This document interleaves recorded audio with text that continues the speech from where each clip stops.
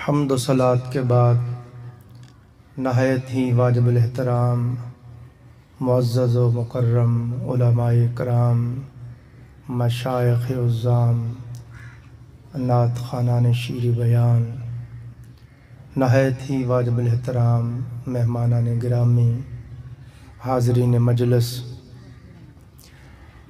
ہم سب یہاں پر محترم اعجاز احمد صاحب ان کی اہلیہ محترمہ کی روح کو ایصال ثواب کی اس بابرکت مجلس میں حاضر ہیں۔ اللہ پاک اس محفل پاک کو اپنی بارگاہ اقدس میں قبول فرمائے۔ آمین۔ اس محفل پاک کو ہم سب کے لیے، خصوصاً مرحومہ مغفورہ کے لیے ذریعہ نجات، کفارہ سیئات اور موجب بلندی درجات بنائے۔ آمین۔ عزیزان محترم، ماشاءاللہ ملک پاکستان کے عظیم ثنا خان میرے برادر مکرم الحاج شہراز مدنی صاحب اور قبلہ صاحب سجاد عطاری صاحب، یہ بھی مجھ سے بڑی محبت کرتے ہیں، بھائی ہیں میرے، تو مجھ سے قبل ہم سب کو محظوظ فرما رہے تھے۔ یہ حافظ محمد عرفان صاحب، یہ بہت مؤدب بچہ ہے، پیکر ادب، پیکر محبت، پیکر عجز و انکسار، ہمارے پاس اکثر نماز جمعہ پڑھنے کے لیے وہاں تشریف لاتے ہیں، بڑا پیار کرتے ہیں۔ ان کی خواہش تھی کہ میں بھی وہاں پہ حاضری کی سعادت حاصل کروں، تو اب ضرورت تو نہیں، ماشاءاللہ آپ کافی دیر سے بیٹھے ہیں، تھکے ہیں، خوبصورت کلام آپ نے سماعت کیے، تو بہرحال اہل خانہ کی خواہش پر چند منٹ میں بھی اظہار خیال کرتا ہوں ایصال ثواب کے موضوع پر۔ الحمدللہ ثم الحمدللہ، میں نے موت کے حوالے سے میری بہت تحقیق ہے، ہر جہت سے، ہر زاویے سے، ہر اعتبار سے، مومن کی روح پرواز کیسے کرتی ہے، مومن کی موت کیسے آتی ہے، مومن کو کس طرح احترام کے ساتھ اور جلوس کی شکل میں لے جایا جاتا ہے، مومن کی قبر کیا بنتی ہے، اس کو دیدار مصطفیٰ کیسے ہوتا ہے، دیدار خدا کیسے ہوتا ہے، یہ ساری چیزوں کے اوپر اللہ پاک کی توفیق سے میں عرض کرتا رہتا ہوں۔ آج ہم صرف ایصال ثواب کے حوالے سے چند باتیں پڑھیں گے، چونکہ یہ محفل ایصال ثواب کے لیے ہے۔ میں جس کتاب سے ایصال ثواب کے موضوع پر گفتگو کر رہا ہوں، ہمارے اپنے مسلک کے کسی عالم کی نہیں ہے۔ اللہ اکبر۔ میں اگر اپنے کسی بزرگ اکابر عالم کی کتاب کے حوالے سے گفتگو کروں تو شاید دوسرا اس کو قبول نہ کرے، اور میری عادت، میں شدت پسند بھی نہیں ہوں، کسی پہ تنقید بھی نہیں کرتا ہوں، جو بات کرتا ہوں اپنی دلیل سے کرتا ہوں۔ ماشاءاللہ۔ آپ کو بھلی لگے قبول فرما لیں، نہ بھلی لگے تو ہماری بات ہمیں واپس دے دیں، ہم کسی اور کو دے دیں گے، ہمارے قبلہ فرماتے ہوتے ہیں۔ واہ واہ، بہت خوب۔ تو عزیزان محترم، اس وقت مسلک دیوبند کے بہت بڑے عالم ہیں اور بڑے شیخ ہیں، پوری دنیا میں ان کے مرید ہیں، بلا شبہ بہت بڑے عالم ہیں، صوفی ہیں، مولانا ذوالفقار نقشبندی صاحب، یوٹیوب پہ آپ ان کا دیکھ سکتے ہیں۔ انہوں نے کتاب لکھی ہے تحفہ مرحومین، کیا نام ہے؟ تحفہ مرحومین۔ پوری کی پوری کتاب انہوں نے ایصال ثواب پہ لکھی ہے، اور قرآن پاک اور حدیث رسول صلی اللہ علیہ وآلہ وسلم سے انہوں نے دلائل دے کے ثابت کیا ہے کہ ایصال ثواب برحق ہے۔ اللہ اکبر۔ گفتگو شروع ہی یہاں سے کی انہوں نے، فرماتے ہیں کہ امام تقی الدین سبکی رحمۃ اللہ تعالی علیہ فرماتے ہیں، آپ فرماتے ہیں کہ جو بندہ اصال ثواب کا منکر ہے وہ اجماع امت کا منکر ہے۔ یہ تو وہ عمل ہے جس پر امت کا اجماع ہے۔ اور سب سے پہلی دلیل پھر یہ پیش کرتے ہیں، وہ فرماتے ہیں اگر دوسرے سے بندے کو نفع نہیں ملتا تو آپ نے بخاری شریف میں پڑھا نہیں، قیامت کے دن سب سے پہلے تاجدار کائنات صلی اللہ علیہ وآلہ وسلم کو اذن شفاعت ملے گا، اور سب سے پہلے آقا علیہ السلام در شفاعت کھلوائیں گے۔ سب سے پہلے آقا علیہ السلام کو جب اذن شفاعت ہو جائے گا، آقا علیہ السلام کی شفاعت شفاعت کبریٰ ہے، حضور کی شفاعت۔ بس جی بات محبت سے آپ سن لیں، میرا دل خوش ہو جائے گا، بس یہی آپ کے پیسے پیار سے سن لیں، بس یہ ان کو ذرا مجھ پر بیٹا آقا علیہ السلام کی شفاعت شفاعت کبریٰ ہے، سرکار کی شفاعت سب سے بڑی شفاعت ہے۔ اور محدثین شارحین حدیث فرماتے ہیں آقا علیہ السلام کی شفاعت شفاعت کبریٰ دو طرح سے ہے۔ ایک اس طرح سے ہے کہ جب کوئی دم نہیں مار سکے گا، تمام انبیاء علیہ السلام لرزہ برندام ہوں گے، ہر کوئی تھر تھر کانپ رہا ہوگا، اللہ رب العزت کا جلال، اللہ رب العزت کی ذات پاکی ہیبت دیکھ کر حضرت ابراہیم خلیل الرحمن علیہ السلام جیسے تھر تھر کانپتے ہوئے گھٹنوں کے بل گر پڑیں گے، عرض کریں گے میرے مولا میں کسی کی بات نہیں کرتا، بس مجھے چھوڑ دے۔ علامہ ابن کثیر رحمت اللہ علیہ لکھتے ہیں جناب سیدنا عیسیٰ روح اللہ علیہ السلام تھر تھر کانپتے ہوئے گھٹنوں کے بل گر پڑیں گے، عرض کریں گے میرے مولا میں اپنی ماں اپنی والدہ مریم سلام اللہ علیہا ان کی بات بھی نہیں کرتا، بس مجھے چھوڑ دے۔ لوگ اکٹھے ہو کر حضرت آدم علیہ السلام کے پاس جائیں گے کہ آپ ابو البشر ہیں، ہمارے والد محترم ہیں، دیکھیں ہمارا کیا حال ہو رہا ہے۔ تو آپ بھی آگے سے کہیں گے اذهبوا الی غیری، کسی اور کے پاس جاؤ، میرے بس کی بات نہیں ہے۔ آج اللہ رب العالمین، آج جتنا اللہ آج غصے میں ہے، غضب میں ہے، جلال میں ہے، کبھی نہ تھا نہ ہوگا۔ نوح علیہ السلام کے پاس جاؤ، نوح علیہ السلام کے پاس جائیں گے، وہ بھی کہیں گے میرے بس کی بات نہیں، کسی اور کے پاس جاؤ۔ ابراہیم علیہ السلام کے پاس جاؤ، وہ اللہ کے بڑے جلیل القدر نبی تھے، اللہ کے خلیل تھے، ان کے پاس جائیں گے، وہ بھی کہیں گے اذهبوا الی غیری، کسی اور کے پاس جاؤ۔ اس پر بحث نہیں کرنا چاہتا، یہ حوالے کے طور پہ کہہ رہا ہوں کہ حضرت آدم علیہ السلام سے لے کر عیسیٰ علیہ السلام تک ہر نبی کے پاس تمام مومنین اور کافرین سب کے سب جمع ہو کے جائیں گے، اور ہر کوئی کہے گا میرے بس کی بات نہیں ہے۔ اور سرور دو جہاں صلی اللہ علیہ وآلہ وسلم نے فرمایا ہر پیغمبر کو پتا ہے کہ یہ شان صرف میری ہے، ہر نبی جانتا ہے کہ اس دن سب سے پہلے جس کو اذن شفاعت ملے گا وہ میں محمد مصطفیٰ صلی اللہ علیہ وسلم کی ذات ہے۔ مگر اس دن اللہ رب العزت تمام انبیاء علیہ السلام کو بھلا دے گا، نبیوں پہ اللہ نسیان طاری کر دے گا۔ کیوں؟ اس لیے کہ اگر وہ براہ راست آقا علیہ السلام کے پاس آ جاتے تو ابراہیم علیہ السلام کی امت کہہ سکتی تھی نہیں جی ہمارے نبی کی بھی بڑی شان تھی، اللہ کے جلیل القدر نبی تھے، خلیل الرحمن تھے، اللہ کے لیے وہ آگ میں کود گئے تھے، اللہ کے لیے بیوی بچے کو چھوڑ آئے تھے، اللہ کے لیے اپنے بیٹے کی گردن پہ چھری رکھ دی تھی، ان کی بڑی قربانیاں ہیں، بڑی سخاوتیں ہیں، بڑی عبادتیں، بڑی اطاعتیں ہیں، خدا کے خلیل ہیں وہ بھی اگر کہتے تو رب مان جاتا۔ موسیٰ علیہ السلام کی امت کہہ سکتی تھی نہیں جی ہمارے نبی کی بھی بڑی شان ہے، وہ اللہ کے کلیم تھے، لازل نبی تھے، جلیل القدر نبی تھے، اللہ سے ہم کلام ہوتے تھے۔ اگر وہ کہتے تو اللہ ان کی بھی بات مان جاتا۔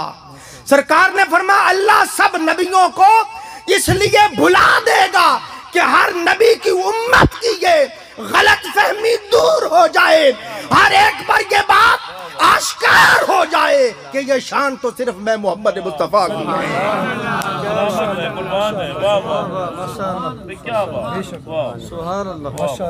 اللہ پاک خود بھلا دے گا کہ ہر کسی پر یہ بات متحقق ہو جائے، ہر کسی پر یہ بات آشکار ہو جائے کہ یہ شان صرف میں محمد مصطفیٰ کی ہے صلی اللہ علیہ وآلہ وسلم۔ آقا علیہ السلام فرماتے ہیں پھر وہ سارے چلتے چلتے حضرت عیسیٰ علیہ السلام کے پاس جائیں گے تو حضرت عیسیٰ علیہ السلام بھی عرض کریں گے اذهبوا الی غیری، میرے بس کی بات نہیں، اور کہیں گے تمہیں ہو کیا گیا ہے، یہ تو شان ہی حضرت محمد مصطفیٰ صلی اللہ علیہ وسلم۔ نعرہ تکبیر، نعرہ رسالت، نعرہ تحقیق، نعرہ حیدری، نعرہ غوثیہ۔ پھر سارے کے سارے لوگ جمع ہو کر کیا بات، تاجدار کائنات صلی اللہ علیہ وآلہ وسلم کے پاس آئیں گے۔ اب باقی انبیاء میں اور حضور میں فرق دیکھیں، جب ہر نبی کے پاس گئے ہر کسی نے کہا اذهبوا الی غیری، کسی اور کے پاس جاؤ، مگر جب سرکار کے پاس آئیں گے حضور کہیں گے انا لہا، میں اس کام کے لیے تیار ہوں، اور فرمائیں گے انا صاحبکم، میں ہی وہ تمہارا دوست ہوں، میں ہی تمہارا وہ شفیع ہوں جس کو تم ڈھونڈتے پھر رہے ہو۔ اور یہ بخاری شریف پڑھ رہا ہوں، امام بخاری رحمت اللہ علیہ لائے ہیں حدیث، فرماتے ہیں کہ پھر آقا علیہ السلام سب انبیاء علیہ السلام سے رسل و زام سے فرمائیں گے آپ اپنے اپنے منابر پہ بیٹھ جائیں، اپنی اپنی کرسیوں پہ، اپنی اپنی نشستوں پہ تشریف فرما ہو جائیں۔ سب انبیاء علیہ السلام اپنے اپنے منابر پہ بیٹھ جائیں گے، اور پھر سرور کائنات صلی اللہ علیہ وآلہ وسلم بارگاہ رب العزت میں سجدہ ریز ہو جائیں گے۔ جب تک میرا رب چاہے گا اپنے محبوب کو اپنے حضور میں سجدے میں رہنے دے گا۔ اور آقا علیہ السلام فرماتے ہیں یہاں اللہ رب العزت کی جو میں حمد کرتا ہوں، ثنا کرتا ہوں، اللہ کی توصیف اور تعریف کرتا ہوں، یہ نہیں، اس وقت اللہ خاص قسم کی حمد مجھے القا فرمائے گا۔ میں سر سجدے میں رکھ کے اپنے مولا، اپنے معبود، اپنے الہ، اپنے خلاق کی حمد کروں گا، اس کی ثنا کروں گا، اس کے حضور اپنی بندگی پیش کروں گا، اپنی عاجزی پیش کروں گا۔ پھر میرا رب فرمائے گا ارفع راسک، ماشاءاللہ ماشاءاللہ، بے شک بے شک۔ میرے شیخ فرمایا کرتے ہیں جب بندہ سر سجدے میں رکھتا ہے نا، سر سجدے میں، تو اس کا چہرہ نیچے ہوتا ہے، تو محبت کی بات ہے۔ فرماتے ہیں اللہ پاک فرمائے گا ارفع راسک، میرے محبوب سر سجدے سے اٹھا، محبوب مکھڑا دکھا، میرے حبیب دکھڑا بتا، قل تسمع، کہے جو کہے گا تیری بات سنی جائے گی، سل توتا، میرے مصطفیٰ تم مانگتا جا، جو مانگے گا عطا کیا جائے گا، وشفا تشفا، شفاعت کر، جس کے حق میں شفاعت کرے گا اس کے حق میں تیری شفاعت قبول کی جائے گی۔ ماشاءاللہ، بے شک بے شک۔ تو آقا علیہ السلام جب در شفاعت کھلوا دیں گے پھر کعبۃ اللہ شریف بھی شفاعت کرے گا۔ جس کسی نے کعبۃ اللہ کا دیدار کیا، طواف کیا، کعبۃ اللہ ان کی شفاعت کرے گا۔ صاحب نزہۃ المجالس امام عبد الرحمن صفوری رحمت اللہ علیہ اپنی سند سے حدیث لائے ہیں۔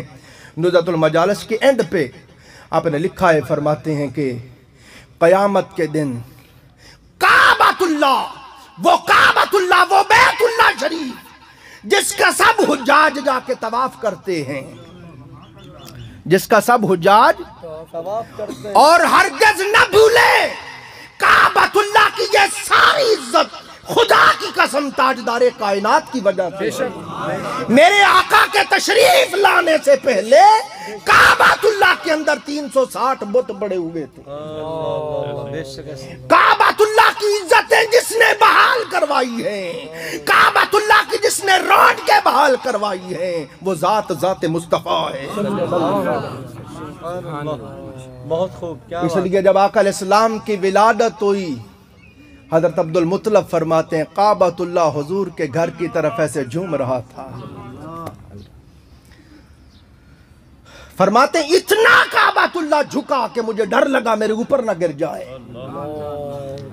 شارحین حدیث فرماتے ہیں حضور کی آمد پر کعبۃ اللہ بھی وجد میں آ گیا، خوشی کرتے ہوئے کہہ رہا تھا ہائے وہ محبوب آ گیا جو مجھے بتوں کی نجاست سے پاک کر دے گا، جو میری عزتوں کو بحال کر دے گا، جس کے آنے سے میرے طواف میرے حج بحال ہو جائیں گے. کیا بات.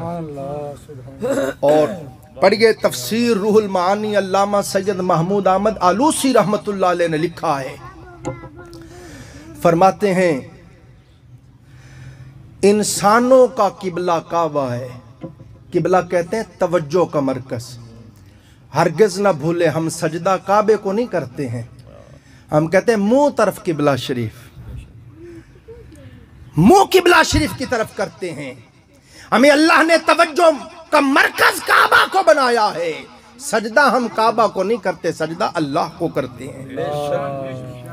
تو کعبہ قبلہ ہے ہمارا. فرمایا تمام انسانوں کا قبلہ کعبہ ہے، توجہ کا مرکز، اور کعبے کا قبلہ میں ہوں. جیسے انسان کعبے کی طرف متوجہ ہوتے ہیں، ایسے کعبہ میری طرف متوجہ رہتا ہے. اور میرے حبیب انت قبلتی، میرا قبلہ مصطفیٰ تو ہے، میں تیری طرف متوجہ رہتا ہوں.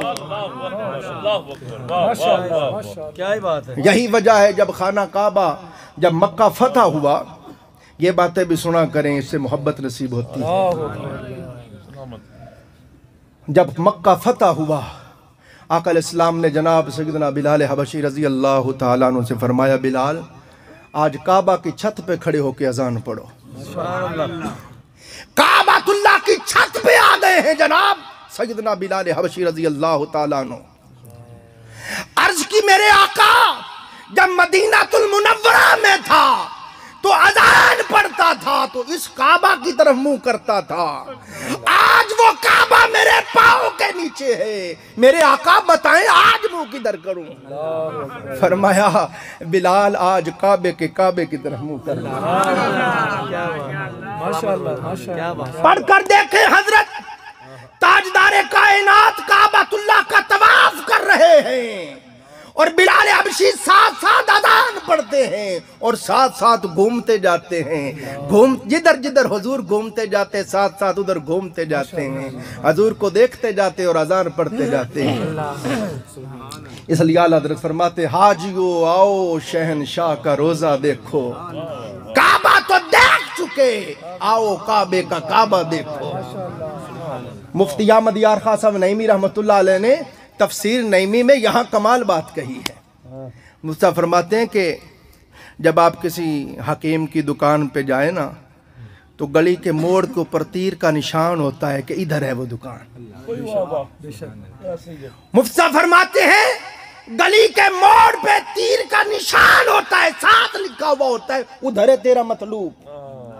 کہتے بندہ ہزاروں لاکھوں میل کی مسافت طے کر کے حرم میں آیا، جب کعبۃ اللہ کے کعبہ کا دیدار کیا تو جو پرنالہ ہے کعبے کا وہ بالکل سیدھا مدینہ پاک کی طرف. مفتی صاحب فرماتے ہیں وہ پرنالہ تیر کا کام کرتا ہوا کہتا ادھر کچھ نہیں سب ادھر.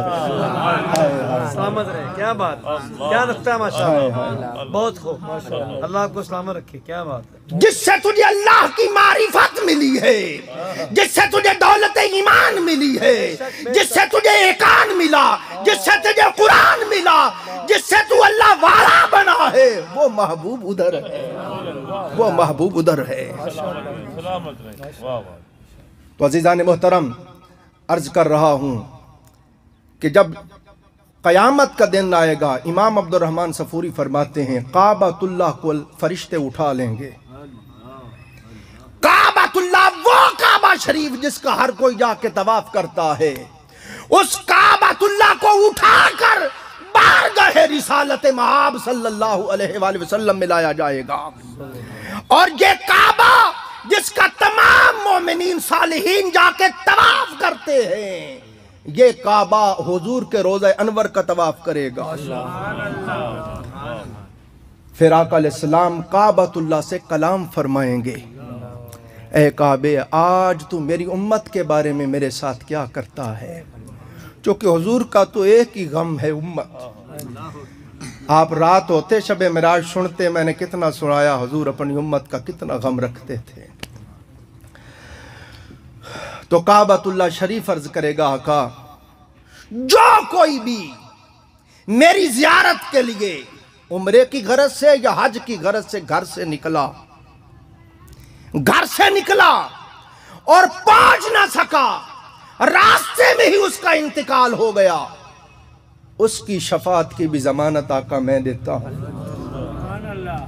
اور جو کوئی مجھ تک پہنچا، میرا دیدار کیا، طواف کیا، اس کی بھی شفاعت کی میں ضمانت دیتا ہوں۔ آقا علیہ السلام فرمائیں گے کعبے بس ٹھیک ہے، ان کی شفاعت کروا کے تو چھڑوا لینا، باقی جو رہ جائیں گے انہیں مصطفیٰ چھڑوا لے گا۔ تو کعبۃ اللہ شریف بھی اس دن پھر شفاعت کرے گا، حجر اسود بھی شفاعت کرے گا۔ سرکار نے فرمایا اس کی آنکھیں ہوں گی کہ لب ہوں گے، پہچانے گا، بتائے گا اس نے بھی سلام کیا تھا، اس نے بھی سلام کیا تھا۔ فرمایا جب حضور در شفاعت کھلوا دیں گے پھر کلام پاک بھی شفاعت فرمائے گا، پھر ماہ رمضان شریف بھی شفاعت کرے گا، پھر مشائخ اپنے مریدین کی شفاعت کریں گے، انبیاء علیہ السلام اپنی امم کی شفاعت کریں گے۔ کب؟ جب حضور در شفاعت کھلوا دیں گے۔ اور استاد علامہ غلام رسول سعیدی صاحب نے تو کمال بات کہی، آپ نے فرمایا اللہ اکبر، قیامت کا منظر عجیب منظر ہوگا۔ ابھی تھوڑی دیر پہلے یہ حال تھا کہ ہر کوئی تھر تھر کانپ رہا تھا، ہر کوئی لرزہ بر اندام تھا، پیغمبر بھی نفسی نفسی کر رہے تھے، ہر سو صدا تھی ہائے میری جان، ہائے میری جان، اور ہر کسی کے منانے سے مولا مان نہیں رہا تھا۔ ماتے جو ہی سرکار سجدہ کریں گے میدان حشر میں، جو انقلاب بفا ہوگا کہ وہ خدا جو کسی کے منائے مان نہیں رہا تھا وہ اب خود مصطفیٰ کو منا رہا ہوگا، وہ اب خود منا رہا ہوگا۔ واہ واہ، سلامت رہے۔ اور حضور کی شفاعت کبریٰ یہ ہے کہ جب کوئی دم نہیں مار سکے گا حضور آ کے در شفاعت کھلوائیں گے۔ اور دوسری طرح سے توجہ کریں، آقا کی شفاعت کبریٰ یوں ہے کہ عزیزان محترم پھر جب سرکار در شفاعت کھلوا دیں گے پھر کعبہ شریف بھی شفاعت کرے گا، رمضان شریف بھی شفاعت کرے گا، قرآن بھی شفاعت کرے گا، مسلمان بھائیوں کی شفاعت کریں گے، حتیٰ کہ کسی کو پانی پلایا تھا وہ بھی شفاعت کرے گا، کسی کو ایک کھجور کھلائی تھی وہ بھی شفاعت کرے گا، کسی کو کھانا کھلایا تھا وہ شفاعت کرے گا، مشکل وقت میں کسی کے کام آئے تھے وہ شفاعت کرے گا۔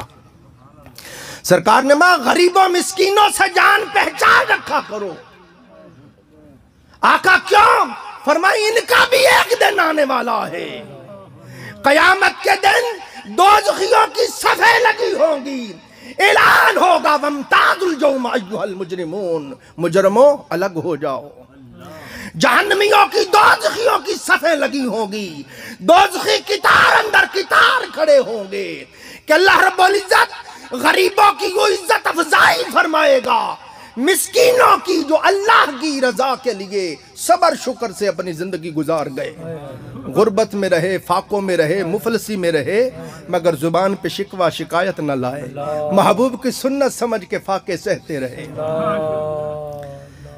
آقا علیہ السلام فقیروں سے یوں محبت کرتے، مسکینوں سے یوں محبت کرتے، میرے آقا دعا کرتے، میرے مولا مجھے غریبوں مسکینوں میں زندہ رکھ، غریبوں مسکینوں کے ساتھ موت عطا فرما، اور قیامت کے دن میرا حشر نشر غریبوں مسکینوں کے ساتھ فرما۔ قطب مدینہ عبداللہ یافی یمنی رحمۃ اللہ علیہ نے کمال بات کہی۔ آپ نے فرمایا غریبوں مسکینوں فقیروں کی عزت افزائی کے لیے تو اتنی بات ہی کافی تھی کہ سرکار فرما دیتے یا اللہ ان کا حشر نشر میرے ساتھ فرمانا۔ ان کی عزت کے لیے اتنی بات ہی کافی تھی، مگر فرماتے آقا نے دل جوئی کرنے کی انتہا کر دی، یوں نہیں کہا ان کا حشر نشر میرے ساتھ فرمانا، بلکہ کہا مولا میرا حشر نشر بھی ان کے ساتھ فرمانا۔ یوں عزت دی۔ اور ہمارا قیامت کے دن سب سے پہلے میرے لیے جنت کا دروازہ کھلے گا، میں دستک دوں گا، بابا پوچھے گا من انتا، میں کہوں گا انا محمد صلی اللہ علیہ وسلم، وہ فوراً دروازہ کھول دے گا۔ آج کہے گا آقا مجھے یہی حکم تھا، جب تک میرا محبوب نہ آئے دروازہ نہیں کھولنا۔ آقا آپ آ گئے ہیں، تشریف لائیں۔ آقا جنت آپ کے قدموں کو چومنے کے لیے ترس رہی ہے، مگر سرکار عرض کریں گے میرے مولا میں کیسے آ جاؤں، میری امت کے غریب مسکین تو پیچھے کھڑے ہیں۔ اللہ فرمائے گا محبوب تمہیں کون پوچھنے والا ہے، جس کو جی چاہتا ہے ساتھ لے جاؤ۔ میں سب سے پہلے میری امت کے غریب اور مسکین میرے ساتھ جنت میں جائیں گے۔ میری امت کے جو مالدار ہیں، جو صاحبان دولت و ثروت ہیں، ان سے 500 سال پہلے میری امت کے غریب جنت میں جائیں گے۔ تو اس دن اللہ تعالیٰ یوں عزت افزائی فرمائے گا غریبوں مسکینوں فقیروں کی، بتا رہا ہوں کہ یہ بھی شفاعت کریں گے۔ حجت الاسلام امام غزالی رحمۃ اللہ علیہ اپنی سند سے حدیث لائے ہیں، فرماتے اللہ پاک غربا کو، مساکین کو، فقراء کو فرمائے گا اے میرے مسکین غریب بندو، یہ دوزخیوں کی صفیں لگی ہوئی ہیں، دیکھو ان میں سے ہے کوئی جس نے دنیا میں تمہیں کبھی پانی پلایا تھا؟ کوئی ہے جس نے تمہیں کبھی کھانا کھلایا تھا، کبھی کپڑا پہنایا تھا، تمہاری حاجت پوری کی تھی؟ جاؤ دوزخیوں کی صفوں میں داخل ہو جاؤ، جو مہربان ملتا ہے ہاتھ سے پکڑ لو، خود بھی چلے جاؤ، ان کو بھی ساتھ جنت میں لے جاؤ۔ تو غریب اور مسکین بھی شفاعت کریں گے۔ باتیں تو بہت کرنا چاہتا تھا، وقت ختم ہو گیا۔ تو عزیزان محترم حضور کی شفاعت کبریٰ دوسری طرح یوں ہے کہ پھر جب سرکار در شفاعت کھلوا دیں گے، شفاعت کرتے جائیں گے، انبیاء علیہ السلام شفاعت کریں گے اپنی امم کی، کعبۃ اللہ شفاعت کرے گا، کلام پاک شفاعت کرے گا، رمضان شریف شفاعت کرے گا، کرتے جائیں گے، چھڑواتے جائیں گے، دوزخ سے نکلواتے جائیں گے۔ آقا علیہ السلام نے فرمایا آخر وہ بچ جائیں گے جو کسی سے بھی نہیں چھڑوائے جائیں گے۔ میری شفاعت کبریٰ یہ ہے کہ میں مصطفیٰ آؤں گا، انہیں بھی چھڑوا کے لے جاؤں گا، یہ میری ہے شفاعت کبریٰ۔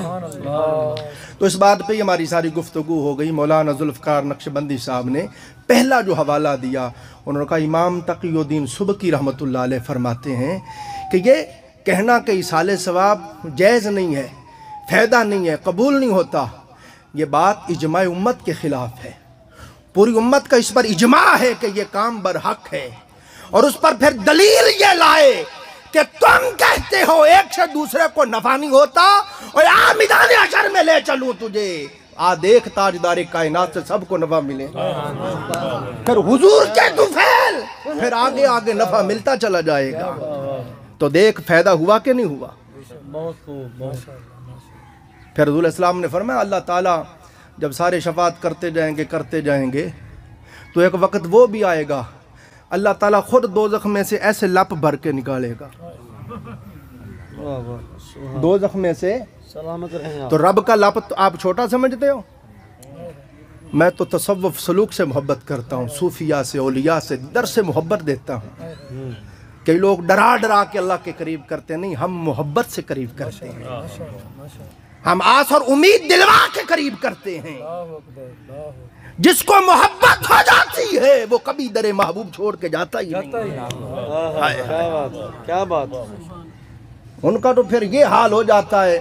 استاد علامہ غلام رسول سعیدی صاحب لکھتے ہیں کہ ایک بزرگ 70 سال تک کعبۃ اللہ شریف حج کے لیے جاتے رہے. بس اس پہ ختم کر دوں گا. 70 سال تک حج کے لیے جاتے رہے. اور مولانا زکریا صاحب مسلک دیوبند کے بڑے عالم شیخ الحدیث ہیں، ان کی کتاب فضائل حج پڑھیں، انہوں نے بھی لکھا ہے. فرماتے کہ وہ 70 سال تک جاتے رہے حج بیت اللہ کے لیے. جب بھی حرم میں جاتے اور کہتے لبیک اللہم لبیک تو آواز آتی چلا جا تیری حاضری قبول نہیں ہے.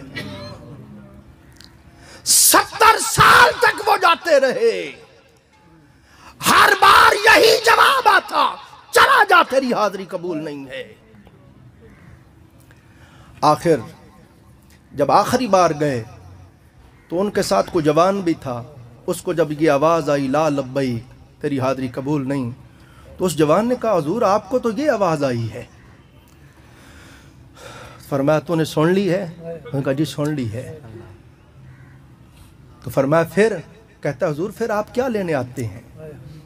یہ سینکڑوں میل کی مسافت طے کرتے ہیں، سفر کی صحبت برداشت کرتے ہیں، مناسک حج کی تکلیفیں سہتے ہیں، گھر بار بیوی بچے چھوڑ کے آتے ہیں، دیس وطن چھوڑ کے آتے ہیں.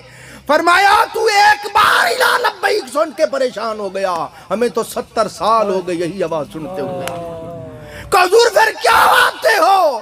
اتنی تکلیفیں کیوں سہتے ہو؟ ہر بار کیوں آتے ہو؟ فرمایا بچے تو ہی بتا، اس کے بغیر پھر ہے کون؟ یار قبول کرے یا نہ کرے، بتا اس کے سوا اور کون معبود ہے جس کے در پہ جاؤں؟ میرا اور کون مالک اور مولا ہے؟ میرا خلاق بھی وہ ہے، میرا معبود بھی وہ ہے، میرا مسجود بھی وہ ہے، میرا مقصود و مطلوب بھی وہ ہے. وہ قبول کرے نہ کرے، جب تک جان میں جان ہے میں آتا رہوں گا، یار کا در نہیں چھوڑوں گا. جب اس نے یوں کہا تو فوراً آواز آئی میرے بندے جا تو نے خوش کر دیا، جا 70 سال کی ساری حاضریاں قبول کر لیا. یہ ہے محبت. اور حضرت بابا فرید الدین گنج شکر نے فرمایا بنی اسرائیل میں ایک عابد تھا، وہ پتھر کے اوپر بیٹھ کے عبادت کرتا رہا. اتنی دیر عبادت کی کہ پتھر کے اوپر اس کے گھٹنوں کا، سجدوں کا، رکوعوں کا نشان پڑ گیا تھا. جب بیٹھ کے عبادت کرتا تھا، سجدے کرتا تھا، ہاتھ لگتے پیشانی لگ کے پتھر پہ نشان پڑ گئے تھے. وہاں جو پیغمبر تھے اللہ نے ان کو فرمایا اس کو جا کے کہو کہ تیری ساری عبادت مردود ہے اور تو جہنم میں جائے گا. جب پیغمبر نے آ کے یہ پیغام مولا دیا تو وہ عابد وجد میں آ گیا. خدا کی قسم اس نے نعرہ مستانہ مارا، خوشی میں بات کرنے لگا. پیغمبر نے کہا اے عابد تجھے تو اس بات کو سن کر تیرا دل پھٹ جانا چاہیے تھا، تیرا جگر پھٹ جانا چاہیے تھا، تجھے مر جانا چاہیے تھا، تجھے رونا چاہیے تھا، چیخنا چاہیے تھا، چلانا چاہیے تھا، آہو بکا کرنی چاہیے تھی کہ ساری زندگی کی عبادتیں رد ہو گئیں اور تو مسکرا رہے، وجد کر رہے، خوش ہو رہا ہے. اس نے کہا سرکار اس سے غرض نہیں وہ دوزخ میں ڈالے یا جنت میں ڈالے، نہ ہم جنت کے طلبگار ہیں نہ دوزخ کا ڈر ہے. اے پیارے پیغمبر میں تو خوش اس بات پہ ہو رہا ہوں جنتیوں میں مقبولوں میں نہ صحیح مردودوں میں صحیح یار نظر میں تو رکھتا. ہائے ہائے ہائے کیا بات ہے، واہ واہ واہ. یار نظر میں تو رکھتا. فوراً اللہ نے پیغمبر کو پھر وحی کی میں اس کو کہو تو نے خوش کر دیا، جا ساری عبادت بھی قبول کر دی اور محبوب ہو گیا ہے. تو ہم تو اس طرح کی محبت کی باتیں سناتے ہیں. اللہ تعالیٰ قبول فرمائے. بھائی عرفان صاحب کی والدہ محترمہ کی اللہ تعالیٰ بخشش فرمائے، درجات بلند فرمائے.